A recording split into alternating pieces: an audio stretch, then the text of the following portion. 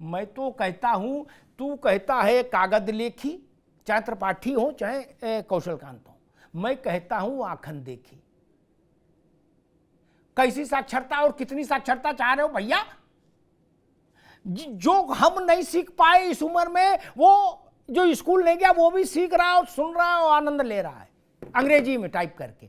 आप कहां की बात कर रहे हो? जो रिक्शा चला रहा है वो भी अपने मनपसंद गाना इसमें ढूंढ ले रहा है और बात कर रहा है। और क्या डिजिटल साक्षरता भारत से ज्यादा कहीं है? कोई बता दे माइका लाल मुझे, ज्यादा पढ़ा लिखा जो हो। अमेरिका लंदन सब देख लिया मैंने, हम नहीं गए लेकिन मित्र तो है ना।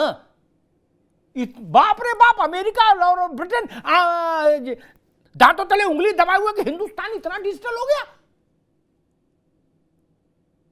इसलिए ये सब गलतफहमी मत रहिए, ये प्रचार भी मत करिए, भारत की छवि खराब मत करिए कि अभी जागरण करना है। अरे जागरण तो हो गया देश। और एक तरफ आप दोनों तरफ से बैटिंग करना चाहते हो। एक तरफ आप कह रहे हो विश्व के तमाम बड़ी कंपनियों का नेतृत्व तो भारतीय कर रहे हैं, सोते हुए नेतृत्व कर रहे हैं, जगह नहीं। मतीन भाई ने कहा 2 आंखें, अच्छी बात है। ये उदाहरण बहुत वर्षों से देते रहे हैं हम लोग। मैं उस उदाहरण पर तो कुछ नहीं कहूंगा, ठीक बात है, लेकिन आंख में समस्या हो, किसी आंख में तो आई ड्रॉप डालते हैं, आई ड्रॉप से बात ना बने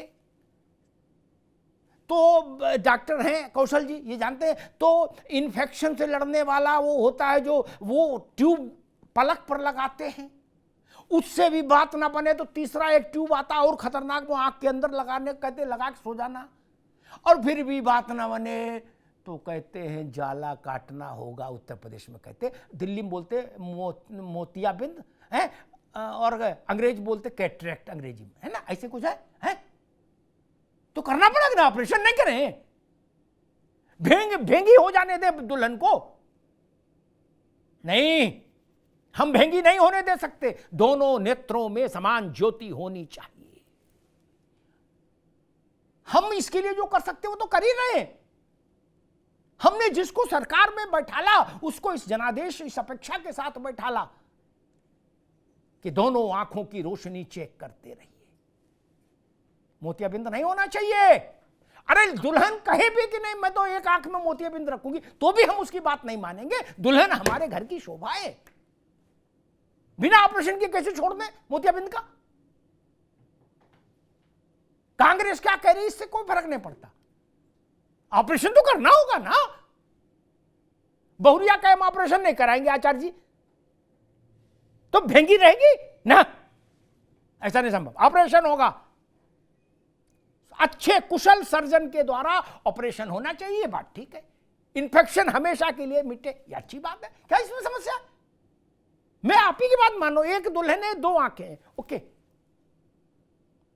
और तीसरी बात मैं कहूं, इस देश में 2 मापदंड लेके चलते रहे, और कांग्रेस से मैं खास तौर पर कहूंगा क्योंकि बाकी रीजनल पार्टीज हैं, मैदान में 2 ही हैं, भाजपा और कांग्रेस। अंसारी साहब जो उपराष्ट्रपति थे ना, त्रिपाठी जी, क्या ये जब वो अल्पसंख्यक आयोग के चेयरमैन थे क्या, तो मैं इनसे मिला, मैंने इनसे कहा कि अंसारी साहब, जिस इलाके में 20%, 30%, 40%, 50% तक मान लीजिए मुस्लिम आबादी है, क्या वहां भी इनको माइनॉरिटी में रखे हो क्या? मैंने कहा इस पे कुछ तो बोलो, मौन तो छोड़ो तोड़ो। अरे बोले अग्निहोत्री जी आप परेशान करने वाला सवाल ना पूछो। क्या? क्यों भाई, ऐसे कैसे चलेगा? माइनॉरिटी का भी एक का कैप तय कर देना चाहिए भारत को, संसद में आना चाहिए प्रस्ताव। 10% है तो माइनॉरिटी है, 10 से ऊपर हो गए तो माइनॉरिटी नहीं। फिर तीसरी बात, अब वो समय आ गया कि सब कानून की नजर में सब बराबर हो, चाहे कानून फौजदारी का हो और चाहे सिविल का हो मुकदमा। अगर आप यहां पर शरीयत चलाएंगे तो सिविल में भी, इंडियन पेनल कोड में शरीयत मंजूर है त्रिपाठी जी आपको, ये मतीन भाई को नहीं होगी। चोरी में हाथ काटने का कार्यक्रम नहीं मंजूर होगा ना, महिला को बुरी नजर से देखने पर नेत्र बाहर नहीं मंजूर होगा, व्यभिचार में संगसार नहीं मंजूर होगा। क्यों? इसलिए मैं कहता हूं एक समय तो तय करना होगा हमको। अनंत काल तक जन जागरण की आड़ में हम अपीजमेंट को लेके ढोएंगे क्या? बोले क्यों? बोले जन जागरण कर रहे हैं। कहां जन जागरण हो रहा है मुझे बताओ ना जगह। और जो मेरी बात से शायद त्रिपाठी जी दिल में बिल्कुल सहमत होंगे, कल नरेंद्र मोदी ये कहें कि अब हम जनसंख्या नियंत्रण कानून ला रहे हैं, 5 मिनट के भीतर कांग्रेस का बयान आ जाएगा, प्रियंका जी का, राहुल जी का, जयराम रमेश का, कि भाई जन जागरण करो, इस पे कानून नहीं। क्या आप क्यों नहीं जन जागरण में लग रहे हो? पहले आप ही करो जन जागरण। नहीं, ये ठीक नहीं। और भारत की छवि को भी वैसा पेश मत करिए कि नहीं बहुत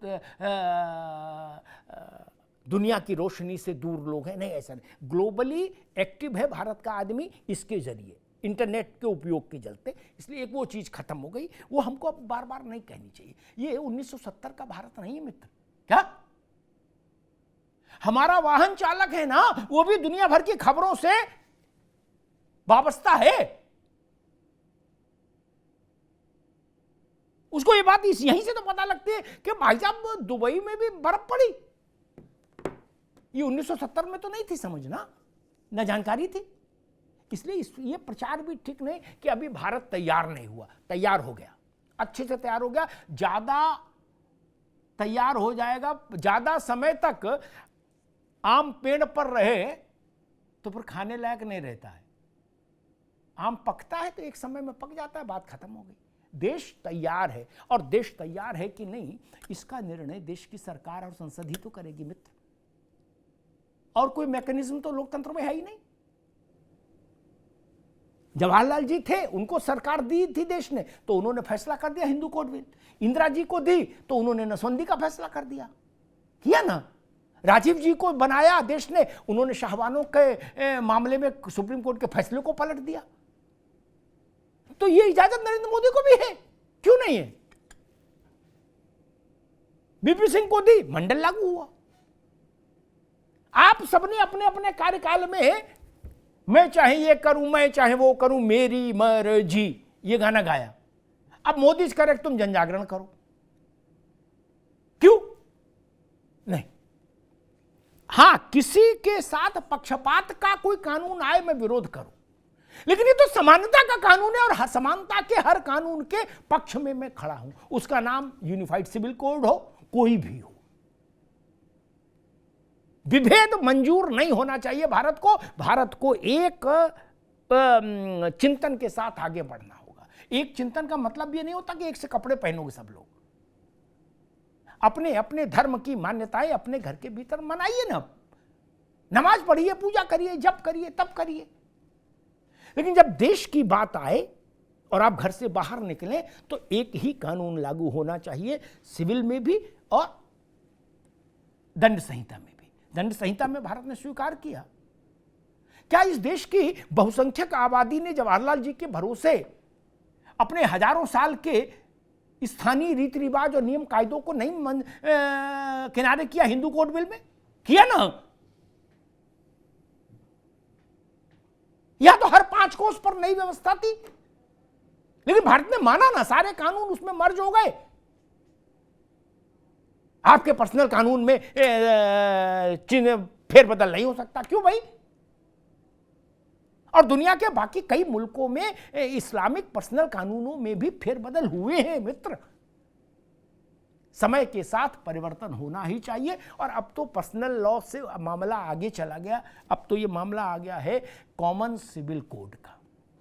नई सुबह है, देश को इसका स्वागत करना चाहिए अगर सरकार इस ओर बढ़ती है, और अगर नहीं बढ़ती तो देश को इस बात के लिए दबाव बनाना चाहिए कि देश में कॉमन सिविल कोड लाया जाए। वो चुनाव में किसको फ़ायदा देगा, किसको नुकसान देगा, ये बहुत छोटी बात है। देश बड़ा है, चुनाव हर 5 साल में होंगे। महत्वपूर्ण है देश में एकत्व का भाव हो। और जो बात मतीन साहब ने कही, एक दुल्हन 2 आंखें, बिल्कुल, लेकिन दुल्हन की दोनों आंखें स्वस्थ रहें। इसलिए आई चेकअप थोड़े थोड़े इंटरवल पर होते रहें। धन्यवाद।